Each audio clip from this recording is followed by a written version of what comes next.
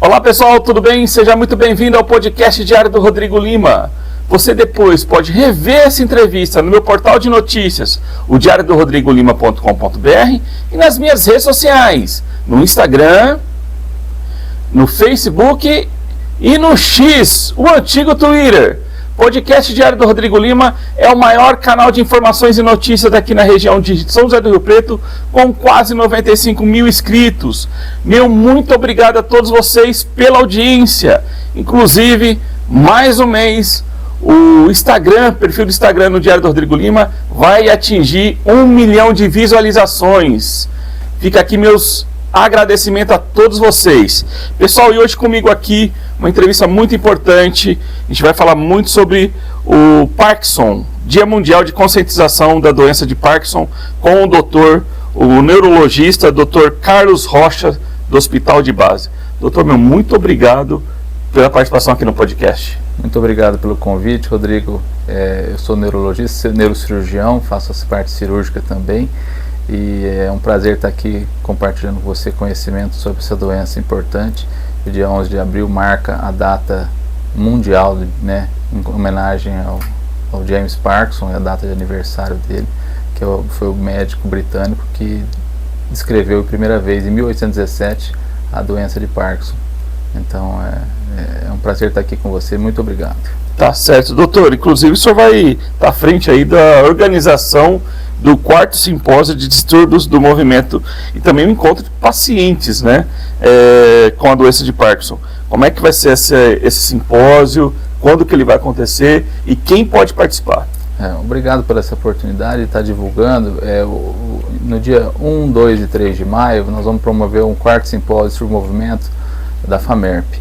Esse simpósio ele vai ter duas partes principais. No dia 1º, no período da manhã, das 8 ao meio-dia, o simpósio vai ser gratuito, voltado a pacientes, familiares e cuidadores, onde nós vamos ter várias palestras relacionadas ao tema da doença de Parkinson, com equipe multiprofissional, fisioterapeutas, terapeuta ocupacional, fonoaudiólogo, psicólogo, nutricionista, educador físico. Então todas essas áreas da equipe multidisciplinar que estão atuando em conjunto com os médicos e os cirurgiões para melhorar a qualidade de vida dos pacientes parkinsonianos. Então esse evento é gratuito, né? É possível fazer a inscrição gratuitamente através do site do Hospital de Base, vai ter o link lá do 4º simpósio.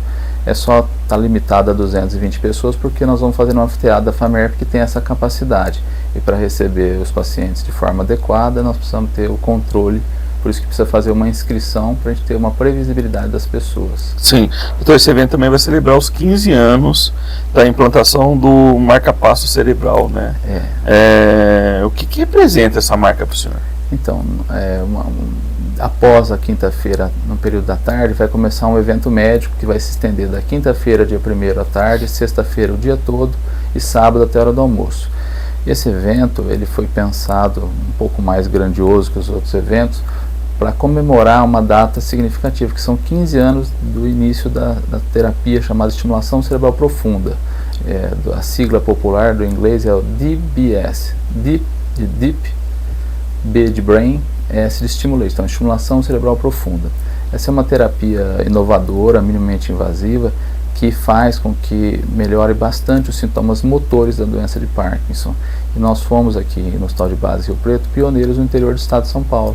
Quando começamos a fazer nossa série em 2010, praticamente só se fazia na capital, e hoje, com 15 anos, a gente tem uma consolidação dessa terapia na nossa região. O Hospital de Base como uma referência nacional em saúde, a gente tem realmente orgulho de dizer que o hospital promove assim melhoria da qualidade de vida, tanto nos pacientes do Sistema Único de Saúde, quanto a parcela de pacientes privados que o hospital acaba atendendo por ser uma instituição filantrópica, tem uma parcela SUS, uma parcela de pacientes conveniados e privados. Sim.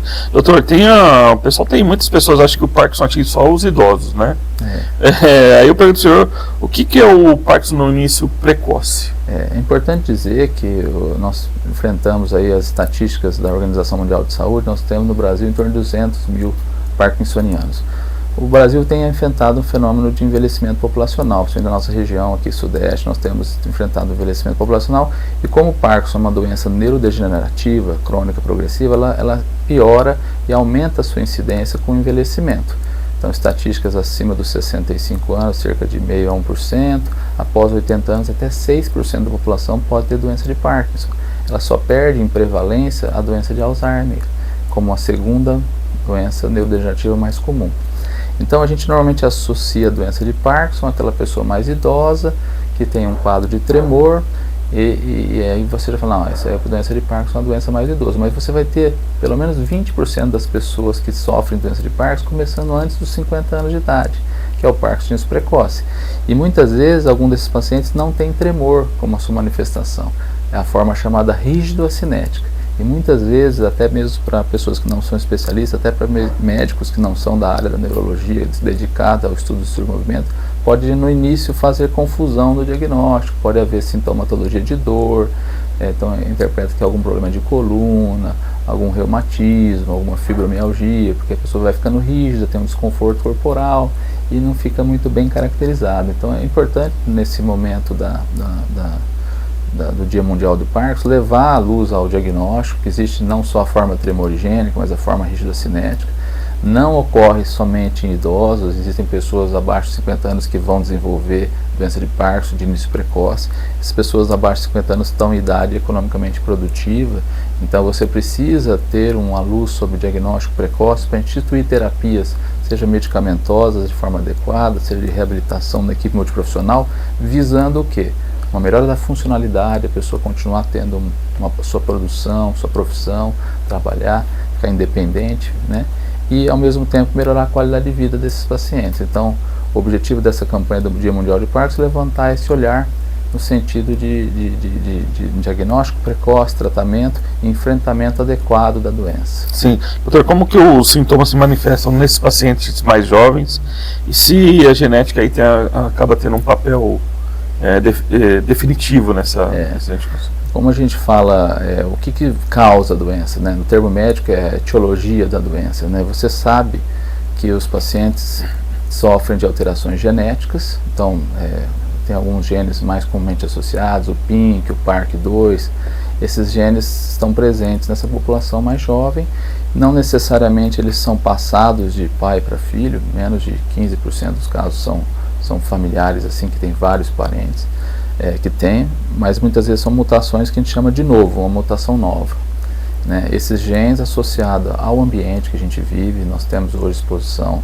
a alimentos, tem um pouco de agrotóxico, as toxinas ambientais, a poluição, tudo isso aí, mas principalmente sabido hoje, a influência com agrotóxicos e metais pesados tem um risco maior de desenvolvimento da doença de Parkinson em pessoas que têm genética predisposta.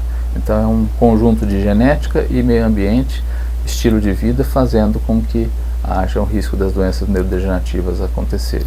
Sim, e existe de pessoa para pessoa, doutor, a evolução da doença é diferente? Sim, você pode ter pacientes, às vezes, no início mais jovem, uma evolução um pouco mais lenta, né? Então pacientes vão ter aí 15, 20, 25 anos de evolução, e dependendo muito do espectro que ele acomete. Uma forma tremorigênica, normalmente só com tremor, com pouca rigidez, com pouca lentidão. Vamos fazer uma retrospectiva aqui, os sinais cardinais da doença de Parkinson que foram descritos. James Parkinson publicou em 1817 o primeiro ensaio, chamava Ensaio da Paralisia Agitante. Então, ao mesmo tempo que a pessoa estava paralisada, ela tinha um tremor. Então ele descreveu em Londres alguns pacientes, alguns que ele viu na rua, e relatou clinicamente 6 pacientes. Isso ficou lá relatado numa revista médica.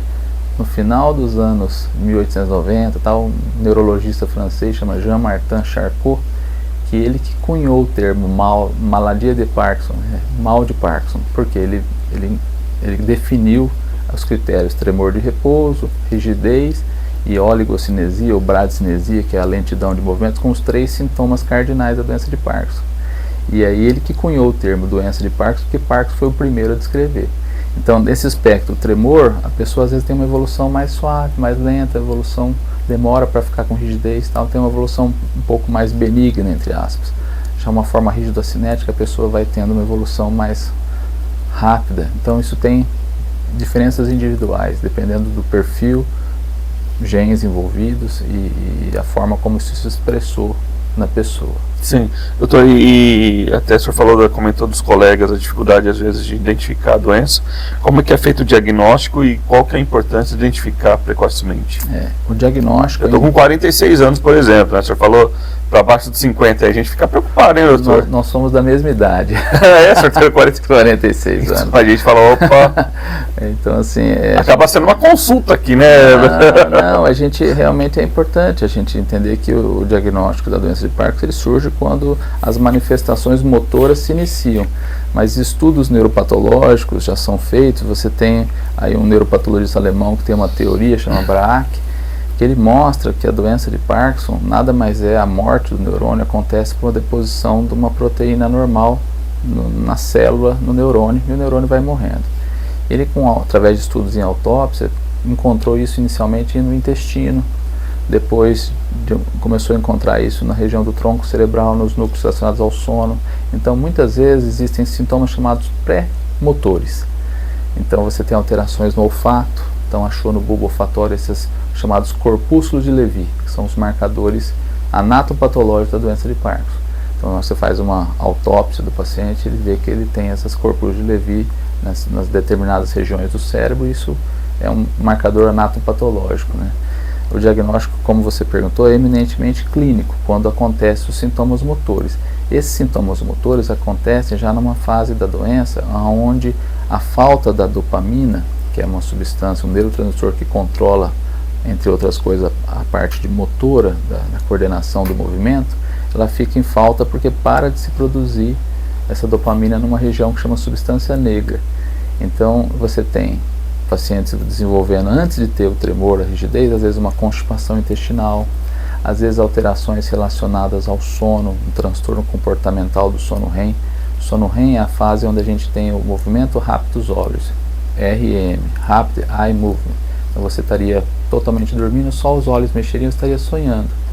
E você não tem nenhum movimento, está totalmente relaxado, é a parte onde tem um sono restaurador.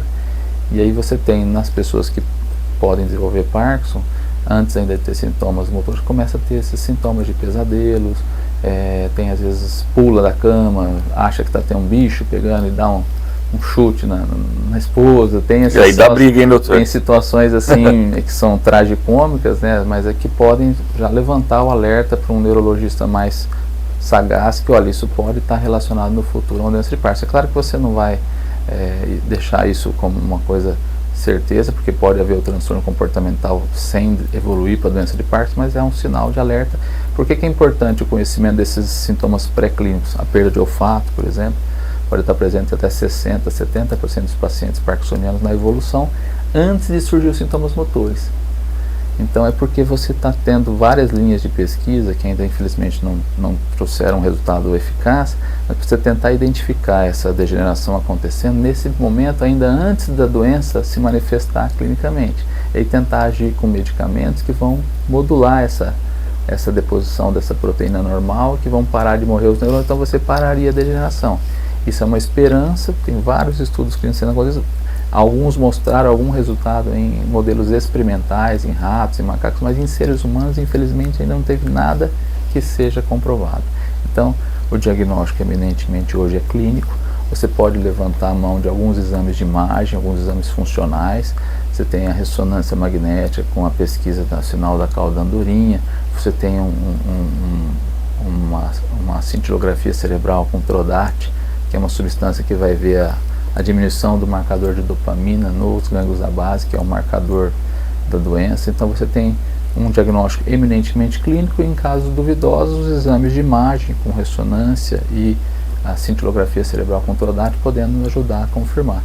Porque muitas vezes existem alguns casos que são duvidosos. Começa com um tremor, o tremor tem componente em repouso, às vezes tem um componente em movimento. Existem doenças que têm tremor como o tremor essencial, que é até mais prevalente que a doença de Parkinson, que às vezes no início pode haver alguma confusão.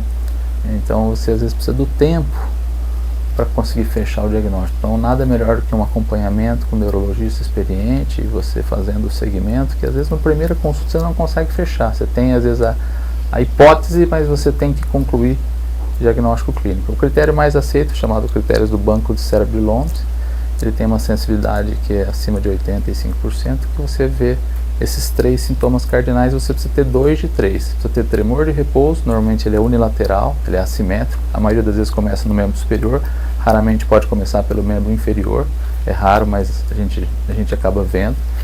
E você vai ter na evolução rigidez, que a gente faz o sinal chamado da roda denteada, você gira o punho, você como se estivesse sendo uma catraca. E a lentidão de movimento, você faz o movimento e você vê um lado mais lentificado, com menor amplitude. Então quando a pessoa tem rigidez associada à oligocinesia ou bradicinesia, que é essa lentidão, ou associada ao tremor, você consegue suspeitar clinicamente que ele provavelmente desenvolva a doença de Parkinson. Sim. Doutor, o senhor falou sobre medicamentos, né? A questão de medicamentos para inibir o desenvolvimento da doença, mas quais são os outros? Tem algum outro tratamento? E também os desafios, né? Principalmente nos pacientes jovens também. Desde 1967, o tratamento padrão é a terapia com reposição à base de levodopa. Levodopa é um precursor da dopamina. Como a fisiopatologia, a forma como a doença se manifesta do ponto de vista motor é relacionado à falta da dopamina nesse sistema, todo o princípio de tratamento atual hoje é visando a reposição dessa dopamina no sistema nervoso para o sistema funcionar adequadamente. Antes de 1967 não tinha muito tratamento eficaz medicamentoso. Então, para o tremor refratário, para o travamento, se tentava fazer cirurgias, e na época, 1950, 60, se fazia com técnicas mais antigas, quando não tinha tomografia, ressonância magnética, fazia até com raio-x, injetava ar, contraste no crânio e fazia lesões, cauterizações de determinadas estruturas, e isso causava melhora do tremor, melhora da rigidez, mas tinha muitas vezes complicações irreversíveis. Quando o álogo não saía de forma muito bem adequada, o paciente poderia ter uma paralisia, um sangramento e ter mais complicações. Isso é a cirurgia antiga. Depois de 1967, o tratamento baseado ficou em reposição de dopamina. E essa reposição de dopamina é muito eficaz nos sintomas motores. Só que ela vai, com o passar dos anos, depois de 5 a 10, 15 anos, desenvolvendo perda de efeito. E você vai tendo o que chama de flutuações motoras, fenômenos chamados off e on. Off a pessoa trava, on ela fica. E às vezes precisa tomar uma dose mais alta, ela começa a desenvolver às vezes distúrbios de movimento chamados discinesias. São movimentos involuntários induzidos pelo excesso do remédio para tentar manter isso. Nesses momentos de flutuação ocorre um prejuízo da qualidade de vida, da funcionalidade, que se você não consegue manejar com os medicamentos existentes, que a maior parte é a levodopa ou agonista dopaminérgico, e outros medicamentos para tentar ajudar na metabolização, na estabilização desse circuito cerebral que está alterado, ele fica disfuncional pela evolução da doença. Aí que você começa a pensar, esse paciente fica refratário, ele pode ser um candidato a fazer a cirurgia. A cirurgia do marca-passo veio na França, em Grenoble, uma referência, foi naquele hospital perto onde o Schumacher teve aquele acidente, nos Alpes lá, franceses. E esse hospital, eles, fazendo pesquisas, viram que existia uma hiperatividade, o núcleo subtalâmico ele tinha uma grande frequência de disparos anormais por conta da doença, e eles postularam que, colocando o eletrodo e fazendo uma estimulação de alta frequência, acima de 100 Hz, né, a estimulação padrão hoje é 130 Hz, ciclos por segundo, você teria um efeito inibitório dessa alteração do circuito cerebral.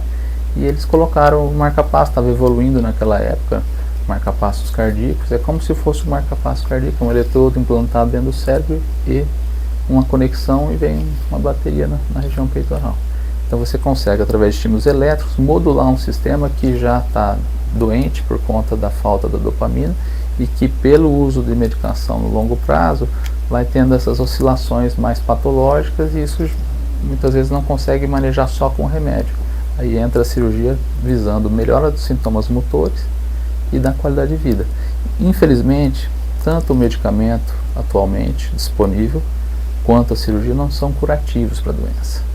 Então, infelizmente, se trata ainda de uma doença crônica, neurodegenerativa, progressiva, ainda incurável, que pode, no horizonte de 20, 25 anos, deixar o paciente com grandes complicações. Mesmo os que são submetidos à cirurgia, existe uma evolução da doença. Então é importante frisar que a cirurgia, apesar de o paciente ter uma melhora muito importante, uma coisa até midiática, assim, aquele paciente com tremor, para de tremer e tal, ele ainda tem a doença de Parkinson, ainda vai continuar necessário fazer acompanhamento, usar medicamentos. Em média, a gente consegue reduzir 50% dos remédios logo no primeiro ano, mas com o passar da evolução da doença, há necessidade de ajustes, tanto do medicamento quanto dos parâmetros do marca-passo, para manter o melhor resultado clínico possível. Sim. Mas ainda é um desafio. O doutor, essa questão do marca-passo muda a vida do paciente, né? Sim. E ela é indicada em quais casos? E o senhor faz que o HB é uma referência nesse tipo de cirurgia? Sim, essa cirurgia, o HB é referência. Esse simpósio que nós estamos promovendo marca 15 anos da primeira cirurgia. Infelizmente, o primeiro paciente faleceu com Covid, com 10 anos, foi durante a pandemia. A gente tinha a ideia de fazer um evento com 10 anos, mas foi impossível porque foi bem na pandemia, em 2020, que estava acontecendo. Infelizmente, o primeiro paciente faleceu, mas temos pacientes há 14 anos e meio operados que estão aí, que casaram os filhos, viram os netos, viveram nesses últimos 14 anos com uma qualidade de vida melhor do que se não tivesse operado. A indicação, do ponto de vista assim, prático, é quando os medicamentos não estão controlando mais o ponto de vista motor, tanto os tremores quanto os movimentos involuntários. Isso pode acontecer a partir de 5 anos em alguns pacientes, próximo de 18, 20 anos de evolução. Isso vai depender muito daquele espectro da doença, como que a doença está, se ela está indo mais devagar ou mais rápido no paciente, e a resposta ao levodopa é um critério importante para a gente indicar a cirurgia. O que ele melhora na hora que ele toma o melhor ON dele, o melhor pico do remédio, normalmente é a melhor forma que ele vai ficar quando ele faz a cirurgia, só que sem as oscilações. Sim, doutor, e tem, acho que todo um suporte multidisciplinar para o paciente, né? Esse suporte, como é que ele é feito para... Falando com relação à cirurgia ainda, a gente sempre pede uma avaliação neuropsicológica, porque existe um percentual de pacientes parkinsonianos, principalmente os mais idosos, que após 10 anos de evolução, cerca de 30% vai ter um declínio cognitivo, evoluindo para um quadro demencial, uma demência associada ao Parkinson. Então, que seria um critério de exclusão. A cirurgia pode ser realizada nos pacientes que tenham complicações motoras, mas não têm síndrome demencial estabelecida, porque os benefícios não seriam bem aproveitados. Então, como uma terapia cara, que tem suas complexidades, mundialmente não é recomendado que se faça a pessoa já com um quadro demencial. Então, dentro do suporte emocional, a parte neuropsicológica, é importante dizer que muitas vezes no diagnóstico da doença de Parkinson, 50% dos pacientes, principalmente os mais jovens, vão ter alterações neuropsiquiátricas, principalmente ansiedade e depressão. E muitas vezes a pessoa ainda não tem uma manifestação clínica muito bem definida, fica indo às vezes no psiquiatra, desanimado, depressivo, ansioso. Muitas vezes já é uma doença de Parkinson. Quando você olha o todo, faz parte do espectro da doença por uma alteração química da dopamina. A dopamina, entre outras coisas, da parte motora, ele mexe com vários circuitos de recompensa, essa parte. Alguns pacientes, principalmente os mais jovens, têm maior suscetibilidade, principalmente associada a medicações que a gente usa para repor a dopamina, desenvolver alguns transtornos comportamentais, o controle do impulso.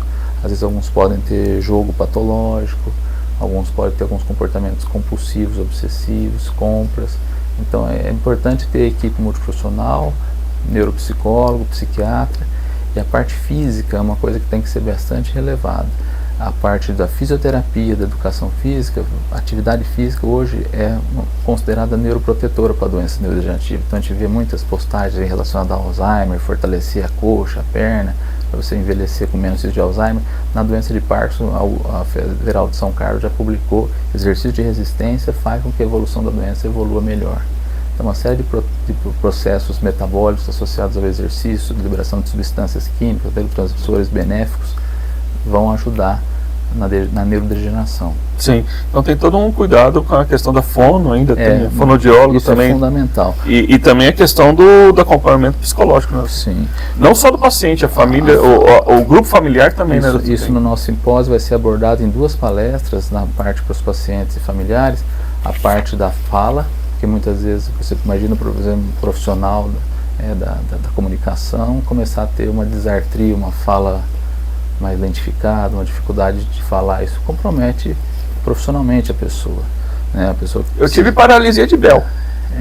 Foi emocional no aniversário de 15 anos da minha filha, na noite, para ir para o aniversário, o pessoal sabe, né? Quem me acompanha sabe, paralisou, tomando banho para ir para o aniversário, você acredita? Diz que aí eu estudando, né, se acontece, vai verificar. Noivas entrando na igreja. Já vi uma moça que infelizmente teve. A grande vantagem da paralisia de Bell é que mais de 95% vão recuperar até em um mês. Mas eu já tive uma noiva. Consegui em 90 dias, doutor. 90 dias não, desculpa, 20 dias, mas é laser, todo dia sim, dia não, laser. Eu trabalho, é que você falou. Você precisa comunicar. Né? Até gravei com uma colega do senhor, a neuro Vanessa. A doutora Vanessa do HB, quem que veio? Veio uma doutora aqui do HB e a gente falou sobre o problema, sobre a paralisia de Bell normalmente é uma inflamação do nervo facial, muitas vezes associada a um vírus da família herpes. E assim, a pessoa associa algum estresse emocional, mas normalmente é uma queda de resistência gerada por um estresse emocional. A pessoa tem uma dor às vezes atrás do ouvido. Filha fazendo 15 anos, hein, doutor? E aí acaba dependendo do valor da conta da festa, né? Eu acho que foi isso. Da debutante. Acho que foi isso, doutor. E é também a percepção de que está crecendo, está perdendo tá virando uma moça, né? Uma jovem, né? Mas você está falando da questão da família, né? Do envolvimento nessa questão, né? Então esse evento é voltado a pacientes, familiares e cuidadores, porque ele realmente é importante trazer a família, o cuidado, porque é um paciente que tem uma doença de longo prazo, a compreensão, o acolhimento é fundamental, e as informações de forma assertiva, de forma positiva para o paciente enfrentar, porque é uma doença que é uma sentença muito difícil da pessoa lidar. Então, aspectos psicológicos, é natural que a pessoa tenha uma chateação, quando ela vai ver que não existe cura ainda hoje, então fica uma expectativa muito grande de como vai ser o futuro, como é que vai ser, né? Então, você tem que trazer isso para a realidade, viver um dia depois do outro, fazer o que é possível fazer agora para a doença evitar. Nós falamos a parte da fala, mas nós esquecemos de falar da parte da fono, a parte do engasgamento, que vai ter uma palestra específica por isso.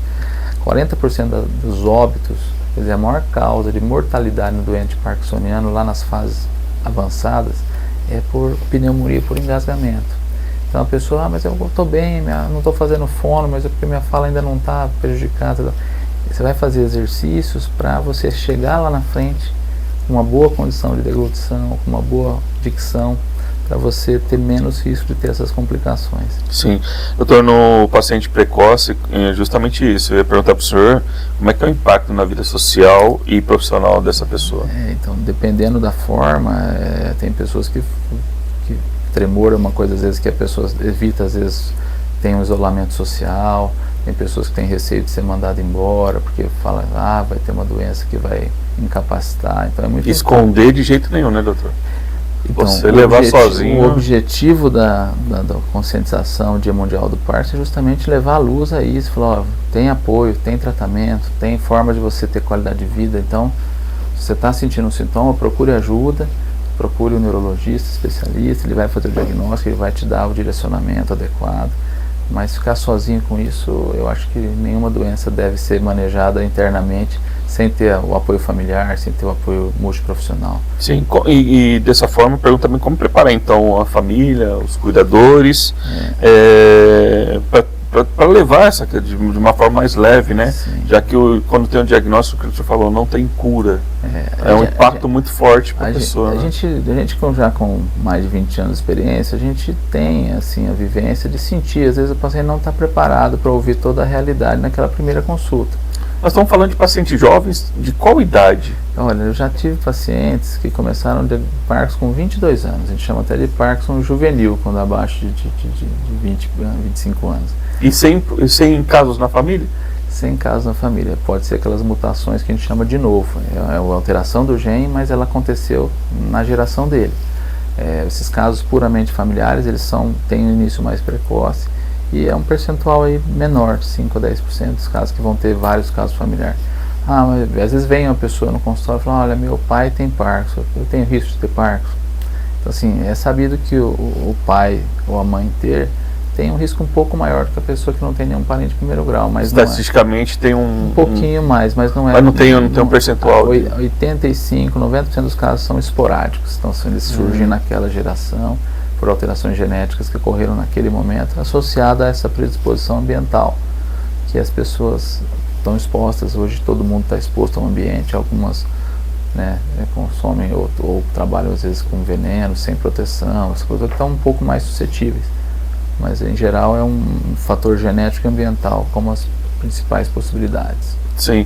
O senhor não comentou quantas cirurgias são feitas hoje no HB, colocar o marca-passo? Olha, o Hospital de Base hoje é o maior centro de neurocirurgia do interior de São Paulo. Nós operamos em neurocirurgia, crânio e coluna, mais de 2.200 cirurgias ano. Tá?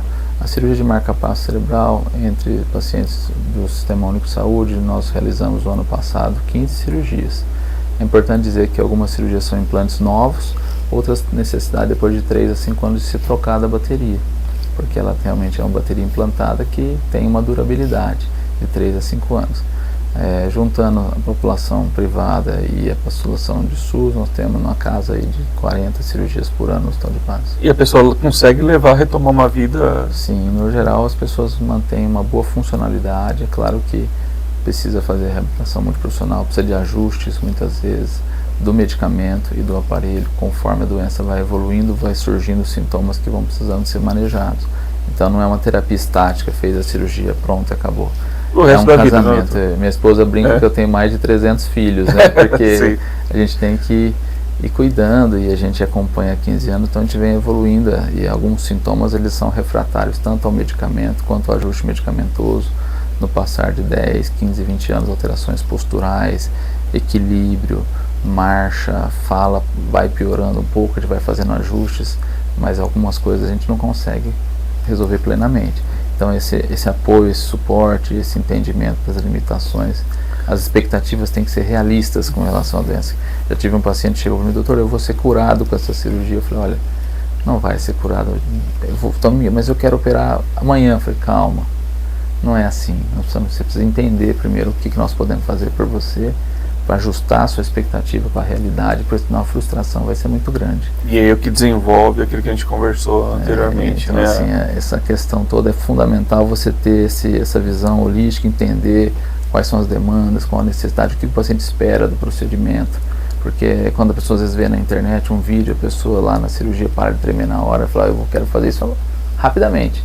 E não é assim, existem critérios, precisa ver se ele está no ponto correto. Normalmente o neurologista nos encaminha quando o paciente já está refratário. Então a gente tem ainda vários neurologistas que atuam, que ainda não tiveram tanta experiência com a cirurgia. Então esse evento na parte médica, o objetivo é promover várias palestras também mostrando os benefícios da terapia, o momento ideal de indicação da cirurgia, para instruir não só pacientes familiares desses tratamentos clínicos e cirúrgicos que nós temos disponível, mas também para os médicos da região noroeste paulista, as possibilidades, as melhores tecnologias, as novidades que estão vindo nesse mercado. Hoje nós temos geradores que duram de 15 a 20 anos, recarregáveis. Infelizmente nós não temos disponível isso no SUS ainda. Você tem geradores que captam atividade cerebral, e um próximo fronteira disso é você ter um ajuste de acordo com o movimento. Então na hora que você pensa e vai realizar um movimento, ele captaria a atividade cerebral e ele se autoajustaria, que a gente chama de tecnologia, né, doutor? Isso está evoluindo, já saiu 2 semanas atrás no FDA americano uma aprovação de um estudo mostrando a superioridade desse estimulador chamado closed loop, que é de alça fechada, né, de estimula e ao mesmo tempo capta e se autoajusta. Com essas evoluções de algoritmos de inteligência artificial, machine learning, nós estamos tendo uma tecnologia que vai em 5 a 10 anos aí haver uma grande evolução. Várias empresas estão evoluindo com cada vez geradores menores. Uma coisa que no começo dos geradores recarregáveis começou no Brasil em 2011, você tinha que ficar 1 hora carregando, esquentava. Aí já tem uma geração nova de carregadores que é mais rápida. Hoje você já tem geradores menores que você precisa carregar 5, 6 vezes no ano. Então acaba tendo então você evita o paciente ficar trocando bateria a cada 3 a 5 anos. Então tem várias coisas que estão evoluindo, e esses temas todos vão ser discutidos aí na nossa parte médica do evento. Então, além dos pacientes familiares cuidadores que estão convidados no período da manhã, os médicos, neurologistas, fisiatras, geriatras. Sim, como que as pessoas possam se inscrever, doutor? Existe um link que, se puder colocar aqui quando for fazer... Coloco aqui na tela. Na tela, é um link que vai direcionar para o site do Hospital de Base. O site do Hospital de Base é o maior complexo de saúde do interior paulista. Tem uma área de eventos que está nos ajudando lá, o CIEPS, que eu tenho a agradecer às meninas lá, um trabalho excepcional. E toda a equipe lá do Hospital de Base está nos ajudando, nos apoiando nesse evento. E vai ter o link de inscrição, lá tem um mini currículo dos palestrantes, tem os temas para as pessoas avaliarem, verem. E toda a comunidade dos profissionais de saúde da região está convidada a participar. Nós temos, infelizmente, limitado a 220 lugares, por conta do anfiteatro lá, é limitado a isso. Mas já estamos com bastante inscrições realizadas e agora, nas próximas semanas, vamos estar intensificando a nossa divulgação e acreditamos que vamos ter um evento de sucesso. Pelo que já se demonstrou, vão ter mais de 50 entre palestrantes, moderadores, pessoas estão vindo de Curitiba, de Campinas, de São Paulo, de Recife. Um dos maiores eventos no Brasil. Esse ano nós começamos um projeto de fazer um evento assim regional, acabou se tornando um evento de alcance nacional.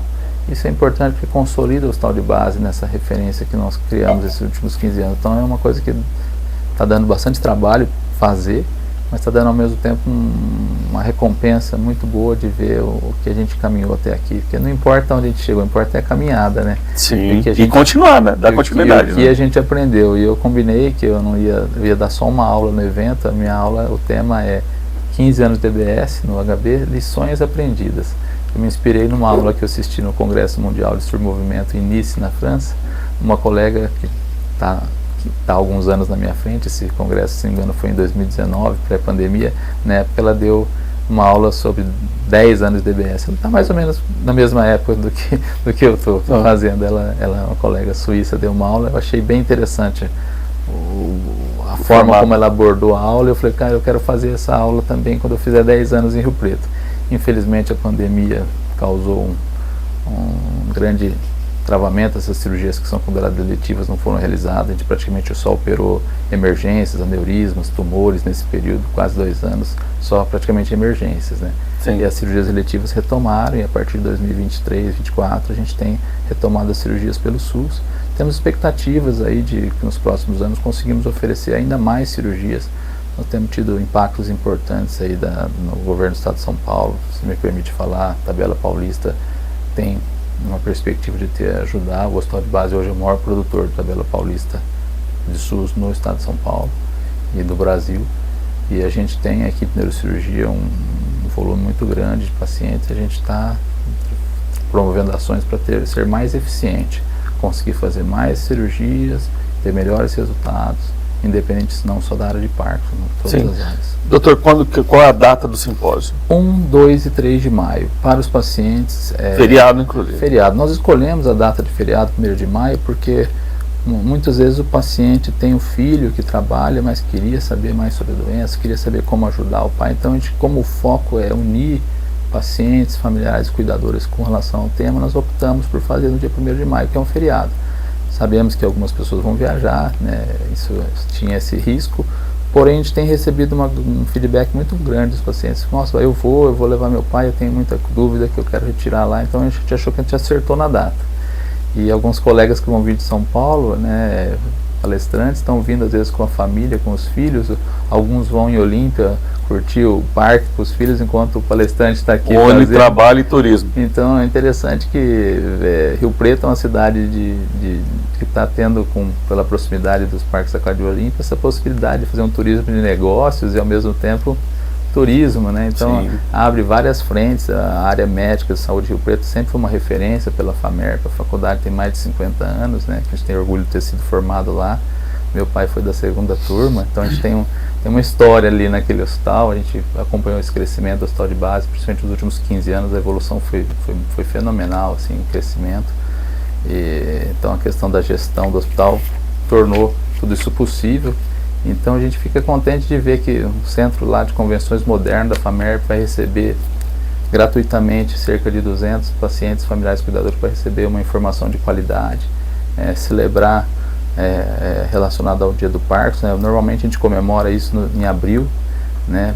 mas esse ano, por conta da cirurgia ter sido dia 3 de maio de 2010, a gente acabou optando por fazer esse mês, por conta da Páscoa e Tiradentes, tem um feriado longo, a gente acabou optando por não fazer, que seria esse final de semana agora, dia 11, sexta-feira, optou por deixar para o dia 1º de maio para já aproveitar e fazer esse evento médico maior, que além de, né, dos pacientes familiares, o nosso objetivo é trazer para a comunidade e os profissionais de saúde da nossa região um conhecimento maior sobre o tema, do momento correto de indicar, de como manejar, das novas tecnologias. Então tem havido um grande interesse pelo tema. Acho que, não sei se posso citar, mas no domingo passado no Fantástico saiu uma matéria sobre cirurgia lá no Rio de Janeiro, o Hospital do Cérebro, lá com o Dr. Paulo Niemeyer. A equipe dele lá implantou um marca-passo cerebral, mostrou uma história bonita de um paciente no Fantástico. Então, assim, realmente nesse período agora, essa semana, vão estar saindo muitas matérias na mídia.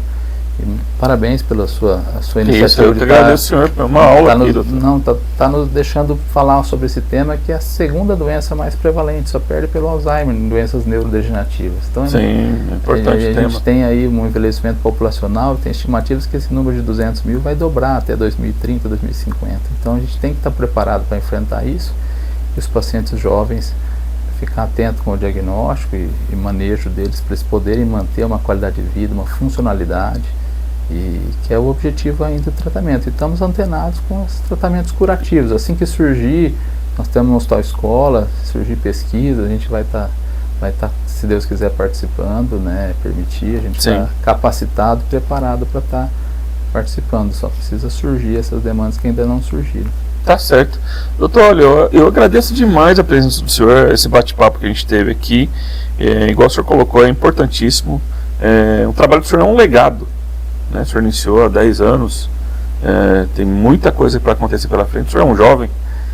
Nós somos jovens de 46 anos, né? Então, na plenitude, né, doutor, da carreira. Eu entrei na faculdade com 17 anos. Então, eu fui médico com 23. Com 26 eu já era especialista em neurocirurgia, tinha tirado meu título. Nossa, então eu fiquei um ano aqui no Hospital de Base, especializando mais um pouco, e fui depois para o Hospital das Clínicas de São Paulo. Em 2007 fui para a Alemanha, para a Holanda, e voltei com esse desejo de fazer. De 2007 a 2010 a gente foi tentando desenvolver essa nova tecnologia aqui. Foram 3 anos até conseguir fazer a primeira cirurgia. Os softwares, a imagem das ressonâncias ainda eram mais rudimentares. E é fundamental o apoio da direção do HB, né? Igual, sim, a gente teve lá recentemente o Dr. Bozola também, a implantação da questão dos queimados, e a gente vê que o hospital pulsa, né? Está sendo desenvolvendo, né? A gente é suspeito para dizer, porque a gente está lá, fui acadêmico da faculdade, a gente acompanhou toda essa evolução, e como eu disse, meu pai foi da segunda turma, e eu praticamente estou com 46 anos, desde sempre eu vivencio um pouco daquele ambiente, né? E eu tenho orgulho de estar no Hospital de Base, os amigos quando vêm, a gente quando mostra os nossos resultados, o nosso volume cirúrgico, agora está sendo um pouco mais veiculado pela imprensa, a questão de ser o maior produtor do SUS, as pessoas me ligam, como vocês estão fazendo? Então, assim, essa questão de ser uma fundação, a FunFarm, que tem aí selo de reconhecimento de capacidade de doação, né, com qualidade, transparência, né, a forma como o recurso é aplicado, realmente a gente pode ver que uma gestão adequada faz um sistema único de saúde diferenciado. Como às vezes você tem um pouco de saúde suplementar junto, que é o convênio particular, você puxa a régua do SUS para cima. Sim. Então a gente faz cirurgia. Esse é o grande desafio, né? Então a gente tem hoje no SUS, Hospital de Base, um padrão que não perde para hospitais privados da cidade. Sim, justamente. Então é um motivo de orgulho realmente, é uma ilha realmente o Rio Preto, o Hospital de Base, em relação à saúde pública do país. E dá orgulho para a gente participar um pouco disso daí. A gente esteve recentemente aqui com a presidente do Conselho Nacional de Saúde, a Fernanda Magano, um abraço para a Fernanda, e ela falou dessa disparidade que existe em alguns pontos no Brasil, é muito grande, a aplicação dos recursos do SUS e os conselhos, a fiscalização e a grande desafio é a aplicabilidade do dinheiro de forma correta, transparente, e que transforma em resultado para quem mais importa, né, que é o paciente, né, que é o usuário. A gente vê o que o hospital faz, é uma cidade ali, funcionários e pacientes todo dia circulando ali, e realmente a gente vê que é uma engrenagem complexa, que depende do financiamento público, estadual, né? A tabela SUS é importante, a tabela paulista veio com uma forma de ajudar, né? e nós estamos trabalhando de acordo com a tabela da melhor forma possível. Ainda temos muito a melhorar, com certeza. Tem algumas questões que podem ser melhoradas. Inclusive o secretário estadual de saúde é de Rio Preto, Eleus Paiva, né? Deve vir inclusive no evento, né? Nós não sabemos, nós fizemos... Foi convidado, né? Nós convidamos, eu gostaria muito da presença dele, mas nós não sabemos, a gente sabe da agenda dele muito corrida, mas se puder estar prestigiando, vai ser um grande privilégio para Rio Preto receber com orgulho o secretário de saúde. A gente acredita que o que o Estado de São Paulo está fazendo com a tabela paulista é uma coisa que tem influenciado o Brasil todo a seguir nessa linha, entendeu? Então, realmente, a gente fica muito contente de ter pessoas técnicas qualificadas à frente da Secretaria de Estado de Saúde. Isso nos traz a certeza que nós estamos no caminho certo. Então, sem falar de política aqui, mas dizendo que eu fico contente de ver a forma como a gestão está sendo organizada dentro do Estado de São Paulo, e o Hospital de Base é um exemplo, é uma joia rara do interior, aí a gente fica contente de estar cada vez mais com essa parceria com a Secretaria de Saúde do Estado, e crescendo e desenvolvendo programas que vão atender melhor a população. Bacana. Doutor, olha, agradeço o senhor mais uma vez, e olha, agradeço você que acompanhou esse bate-papo aqui, esse podcast, com a participação do doutor Carlos Rocha, neurologista do Hospital de Base de São José do Rio Preto. Você depois pode... Me permite fazer uma correção, que eu sou neurocirurgião. Neurocirurgião. Eu faço cirurgia neurológica. Nós somos departamento de ciências, neurologia e psiquiatria, mas às vezes o neurologista fala, o Rocha não é neurocirurgião, não é neurologista, ele é neurocirurgião. Às vezes neurocirurgião. Vai Obrigado pela correção, doutor. É um acima um pouco. Não, é que os dois somos do mesmo departamento, mas o neurologista clínico ele tem uma formação eminente clínica, ele faz diagnóstico clínico. Sim. Nós fazemos 1 ano de neurologia e 4 anos de neurocirurgia. Nossa, doutor. Porque tem que abrir e fechar a cabeça, tem que aprender as Meu Deus do céu. É uma dádiva de Deus, né, doutor? É uma questão... E a neurocirurgia funcional, ela é uma subespecialidade da neurocirurgia. Então, depois que a gente acaba esses 5 anos, a gente faz mais 1 ano de especialização. Esse que eu fiz em São Paulo, na Alemanha, na Holanda. É uma dádiva, é um presente, é uma missão. Quando você gosta do que você faz, você acaba realmente não sentindo o peso tanto do trabalho, porque realmente é muito recompensador. Na verdade é um privilégio, é uma missão que a gente agarra com esse olhar, torna mais suave. Tá certo. Pessoal, então depois você pode rever essa entrevista no meu portal de notícias, o diariodorodrigolima.com.br, e nas minhas redes sociais, no Instagram, no Facebook e no X, o antigo Twitter, porque você sabe, jornalismo aqui tem lado. Um abraço e até a próxima, pessoal.